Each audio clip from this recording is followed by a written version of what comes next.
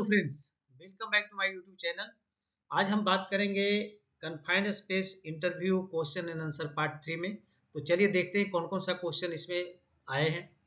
सबसे पहले क्वेश्चन इसमें पूछा जा सकता है, what are the gases in confined space and their hazard. Confined space में कौन कौन से गैस पाए जाते हैं और उसमें उनके हजार्ड्स क्या है।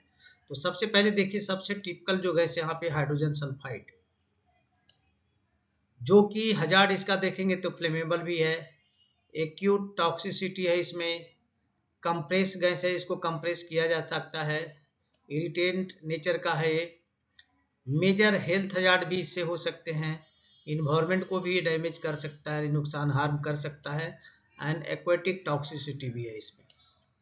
चलिए दूसरा देखते हैं कि मीथेन में, मीथेन जो है इसका हजार्ड क्या है। एफेक्सिएट होता है, मतलब दम घुटाने वाला कार्य कर सकता है, फ्लेमेबल है, कंप्रेस गैस है, इरिटेंट है, एंड मेजर हेल्थ हजार्ड इसमें भी है। नाइट्रोजन की बात करें तो एफेक्सिएट भी है, दम घुटने का, एंड कंप्रेस गैस है। अमोनिया है, कंप्रेस गैस है, कोरेसिव नेचर का है, एक्यूट टॉक्सिसिटी है, इसमें इन्वायरमेंट को हार्म कर सकता है, एंड एक्यूट टॉक्सिसिटी है।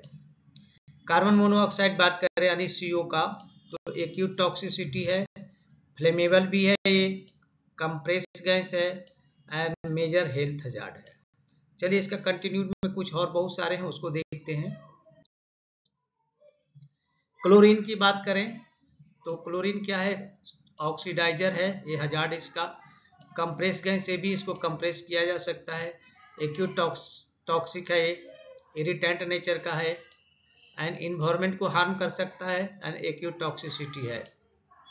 हाइड्रोजन साइनाइड की अगर बात करें हैं तो इसका हजार्ड क्या है, फ्लेमेबल है, एक्यूट टॉक्सिक है, मेजर हेल्थ हजार्ड इससे हो सकते हैं, and environment and aquatic toxicity है। नाइट्रिक ऑक्साइड की अगर बात करें तो ये ऑक्सीडाइजर है, कोरोसिव नेचर का है, कंप्रेस गैस है, एक्यूट टॉक्सिक है, एंड मेजर हेल्थ हजार्ड है। अब लास्ट में देखेंगे सल्फर डाइऑक्साइड यानी SO2, ये कंप्रेस इसको भी किया जा सकता है, तो कंप्रेस फॉर्म में रहता है तो हजार्ड में है ऑलरेडी, कोरेसिव नेचर का होता है, एंड एक्यूट टॉक्सिक होता है। तो ये पूछा जा सकता है पहला क्वेश्चन कि कन्फाइंड स्पेस में कौन कौन से गैसेज हैं और उनके हजार्ड उसमें क्या क्या है। चलिए नेक्स्ट क्वेश्चन आपसे पूछा जा सकता है, confined space gases and there relative density. उसकी रिलेटिव डेंसिटी क्या है। डेंसिटी का मतलब यहाँ इसलिए पूछा जाता है क्योंकि इसीलिए कन्फाइंड स्पेस को हम अलग अलग जगह से उसमें गैस को टेस्ट किया जाता है, उसका रीजन यही है। तो यहाँ पे हाइड्रोजन सल्फाइड की अगर बात करें तो हाइड्रोजन सल्फाइड क्या होता है, हैवियर होता है, ये बॉटम में बैठता है। मीथेन जो है ये लाइटर होता है, तो कन्फाइंड स्पेस के अपर पोर्शन में आ जाएगा। नाइट्रोजन जो है स्लाइटली लाइटर है, अमोनिया जो है लाइटर है, कार्बन मोनोऑक्साइड जो होता है स्लाइटली लाइटर होता है। क्लोरीन यहाँ पे बात करें तो क्लोरीन हैवियर है, heavier means air. Hydrogen cyanide जो है ये लाइटर देन एयर है। नाइट्रिक ऑक्साइड जो है वो सेम एज एयर है, एंड सल्फर डाइऑक्साइड SO2 जो है हैवियर देन एयर है। चलिए इसके बाद क्वेश्चन आपसे पूछा जा सकता है कि what are the acceptable level of flammable and toxic gases in confined space. तो एक्सेप्टेबल लेवल क्या है इन टॉक्सिक गैसेसों का। तो यहाँ पे हम सबसे पहले इसमें UL देख लें। UL यहाँ दिया LEL PEL STL का। UL का फुल फॉर्म होता है अपर एक्सप्लोसिव लिमिट, LEL का फुल फॉर्म होता है लोअर एक्सप्लोसिव लिमिट, PEL का फुल फॉर्म होता है permissible exposure limit, and STL का फुल होता है शॉर्ट टर्म एक्सपोजर लिमिट। अब यहाँ देखेंगे हाइड्रोजन सल्फाइड का जो है UL है जो 44 है, जबकि LEL इसका 4 है। पेल जो इसका है परमिसेबल एक्सपोजर लिमिट जो है 1 ppm, and short term exposure limit जो है इसका 5 ppm है। मीथेन की बात करें तो इसका UL 17 है, LEL 5 है, पेल और स्टेल इसमें नॉट अप्लीकेबल है। नाइट्रोजन का ऑल नॉट अप्लीकेबल है। अमोनिया का देखेंगे तो अमोनिया का UL 28 है, LEL इसका 15 है, पेल इसका 25 ppm है, अनस्टेल इसका 35 ppm है। कार्बन मोनोऑक्साइड की अगर हम बात करें तो इसका UL 74 है, LEL 12.5 है, पेल इसका 50 ppm है एंड एस्टेल इसका 200 ppm है। क्लोरीन की अगर बात करें तो इसका UL और LEL इसमें नहीं आएगा, पेल इसका है 0.5 ppm एंड एस्टेल है 1 ppm। हाइड्रोजन साइनाइड की बात करें तो UL इसका है 40, इसका LEL है 5.6, पेल है इसका 10 ppm एंड स्टील है इसका 4.7 ppm। नाइट्रिक ऑक्साइड की अगर बात करें तो UL एंड LEL इसका नॉट एप्लीकेबल होगा, इसका सिर्फ पेल होगा यानी परमिसिबल एक्सपोजर लिमिट जो कि 25 ppm है। सल्फर डाइऑक्साइड की अगर बात करें तो इसका UL and LEL not applicable, इसका पेल जो होगा 2 ppm एंड स्टील है जो 5 ppm है। तो इसको पॉज करके आप नोट करके इसको याद रखने की जरूरत है। चलिए नेक्स्ट क्वेश्चन आपसे पूछा जा सकता है कि what are the acceptable level atmospheric oxygen, यानी कि एयर की बात कर रहा है, एटमॉस्फेरिक जो ऑक्सीजन होता है उसका एक्सेप्टेबल लेवल क्या है। तो ग्रेटर देन 23.5 अगर है तो ऑक्सीजन इनरिच हो जाएगा, chances of extreme fire hazard, यहाँ पे आग लगने की संभावना बढ़ जाएगी। अगर 20.9 है इसका मतलब oxygen concentration in normal atmosphere इतना ही होना चाहिए। 19.5 है तो ये मिनिमम हो गया, मिनिमम परमिसेबल ऑक्सीजन लेवल, मतलब यहाँ तक है जो काम करने के लिए अलाउ किया जाता है। और 15% टू 19% का मतलब है कि यहाँ पे इस लेवल से कम हो गया है, इस लेवल से, तो इसका मतलब डिफिकल्टी इन रिस्पिरेशन एंड एफिक्सिएशन हो सकता है, यानी दम घुटने की प्रॉब्लम वहाँ पे हो सकती है क्योंकि उसको ऑक्सीजन पूरा नहीं मिलेगा। चलिए इसके बाद नेक्स्ट क्वेश्चन आपसे पूछा जा सकता है कि what are the effect of toxic gases, toxic gases का इफेक्ट क्या होता है। तो डेंजरस ऑफ टॉक्सिक गैसेज की अगर हम बात करें तो toxic gas damage living tissue, ये लिविंग टिश्यू को डैमेज करता है, an impairment of the central nervous system, और इस सेंट्रल नर्वस सिस्टम को भी डैमेज करता है।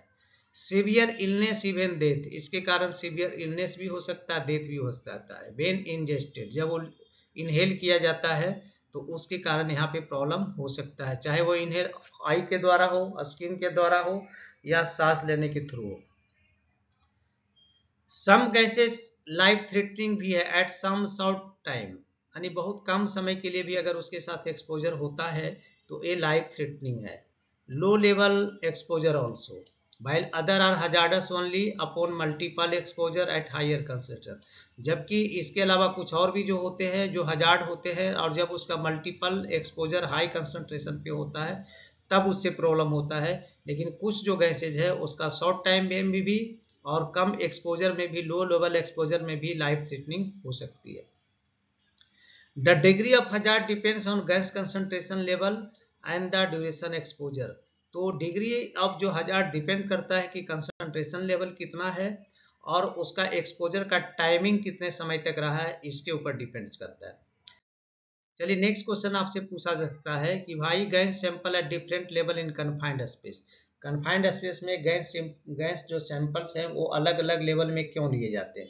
तो इसका सबसे बड़ा कारण है कि लाइटर देन एयर, कुछ जो होते हैं लाइटर देन एयर होते हैं जैसे कि मीथेन है, सेम एज एयर जैसे कि कार्बन मोनोऑक्साइड है, एंड हैवियर देन एयर जैसे कि हाइड्रोजन सल्फाइड है।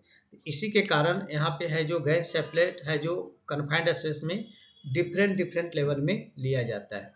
यहाँ देख लेते हैं, due to varying concentration of gases, यहाँ पे जो कंसंट्रेशन होता है वो वेरी करता है यहाँ पे, and vapour sample should be taken at top, और इसीलिए कंसंट्रेशन वेरी करने के कारण उसको टॉप में, मिडिल में और बॉटम लेवल में यहाँ पे रीडिंग लिया जाता है।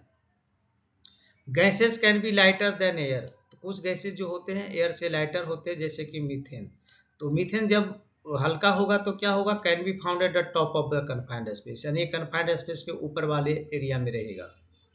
सम आर हैवियर देन एयर, जैसे कि H2S can settle near to the bottom of the compound, heavier है तो इसके कारण एक कन्फाइंड स्पेस के बॉटम पार्ट में रहेगा। और some gases can have the same weight as air, air के बराबर वेट का रहेगा जैसे कि कार्बन मोनोऑक्साइड, और जिसके can be found in confined space, तो जहाँ पे एयर का रहेगा उसके साथ वो मिक्स रहेगा। चलिए इसके बाद नेक्स्ट क्वेश्चन आपसे पूछा जा सकता है कि when is continuous gas testing required in confined space, confined gases में कंटिन्यूअस टेस्टिंग की रिक्वायरमेंट कब कब होती है। तो पहला होता है if hot work in hazardous zone, hazardous zone में अगर हॉट वर्क किया जा रहा है तो उस केस में कंटिन्यूअस टेस्टिंग रिक्वायर्ड होती है। If hot work in confined space, hot work में कन्फाइंड स्पेस में अगर काम किया जा रहा है, कन्फाइंड स्पेस में हॉट वर्क किया जा रहा है तो उस केस में भी यहाँ पे गैस टेस्टिंग रिक्वायर्ड होती है continuous. When LEL is above zero in confined space, LEL zero से ऊपर नहीं होना चाहिए। एलई अगर किसी भी गैस का वहां पे जीरो है तभी उसके अंदर काम करना है। नेक्स्ट है when self contain breathing apparatus is required in confined space, अगर वहां पे सेल्फ कंटेन ब्रेथिंग एपार्टस पहना जा रहा है तो वहां पे कंटिन्यूअस गैस टेस्टिंग रिक्वायर्ड है।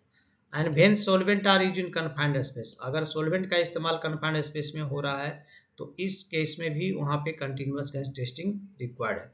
तो दोस्तों अभी आपने देखा एक कुछ टिपिकल टाइप के क्वेश्चन से जिसको पूछा जा सकता है, आशा करते हैं आप समझ गए होंगे। तो चलिए यहाँ पे आपसे रिक्वेस्ट करेंगे अगर आप हमारे चैनल पे नए हैं तो प्लीज़ चैनल को सब्सक्राइब करें, दोस्तों में जरूर शेयर करें और बेल आइकन को ऑल पे सेट कर दें ताकि सभी वीडियो का नोटिफिकेशन आपको टाइम से मिले। तो चलिए मिलते हैं आपसे नेक्स्ट वीडियो में, तब तक के लिए जय हिंद, वंदे मातरम।